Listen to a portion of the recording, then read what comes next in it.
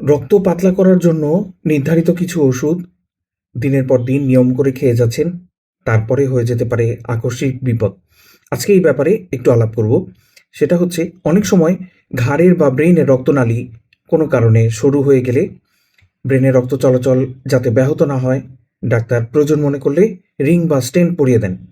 সেই রিং বা স্টেন্ট যাতে পরবর্তীতে ব্লক না হয়ে যায় সেজন্য, অর্থাৎ ওখানে যাতে রক্ত জমাট বাঁধতে না পারে, এজন্য রক্ত পাতলা করার কিছু ওষুধ, অ্যাসপিরিন, ক্লপিডগ্রেল এই জাতীয় ওষুধ বা আরও কিছু এই জাতীয় আরও কিছু ওষুধ আছে, প্রয়োজন মনে করলে ডাক্তার দিয়ে থাকেন।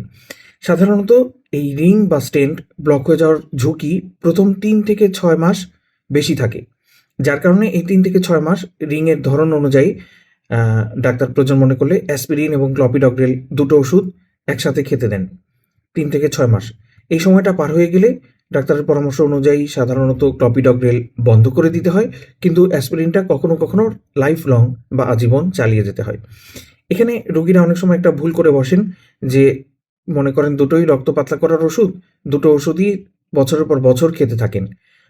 ফলে যেটা বিপদ হতে পারে, ক্লপিডগ্রেল বছরের পর বছর ডাক্তারের পরামর্শ ছাড়া চালিয়ে গেলে এটা কি করবে, রক্তে ব্লিডিং হলে সেটা ব্লিডিং বন্ধ করার যে টেন্ডেন্সি সেটাকে কমিয়ে দেয়। ফলে ব্লিডিং বন্ধ হতে সময় বেশি লাগে, আলটিমেটলি ব্লিডিং বেশি হয়।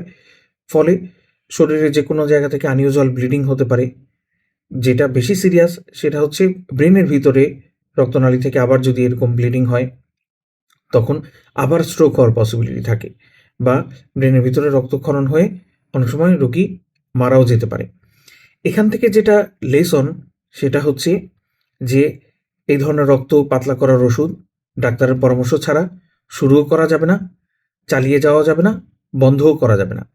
সাধারণত ব্রেইনে স্টেন্ট পরাতে হলে এরপরে স্টেন্টের ধরন অনুযায়ী বা রোগীর সিরিয়াসনেস অনুযায়ী, কন্ডিশন অনুযায়ী 3 থেকে 6 মাস অ্যাসপিরিন এবং ক্লপিডগ্রেল ডাক্তারের পরামর্শ নিয়ে দুটোই একসাথে চালাতে হয়। এরপর ক্লপিডগ্রেল সাধারণত বন্ধ করে দিয়ে শুধু অ্যাসপিরিনটা চালিয়ে যেতে হয়। আদারওয়াইজ ফলো আপে না থাকলে বা নির্দেশ অনুযায়ী এগুলো কন্টিনিউ না করলে বা বন্ধ না করলে আবার স্ট্রোক হওয়ার পসিবিলিটি থাকে, যেটা কিনা অনেক সময় মৃত্যুও ডেকে আনতে পারে। একটু সচেতনতা জীবন বাঁচাতে পারে। ধন্যবাদ।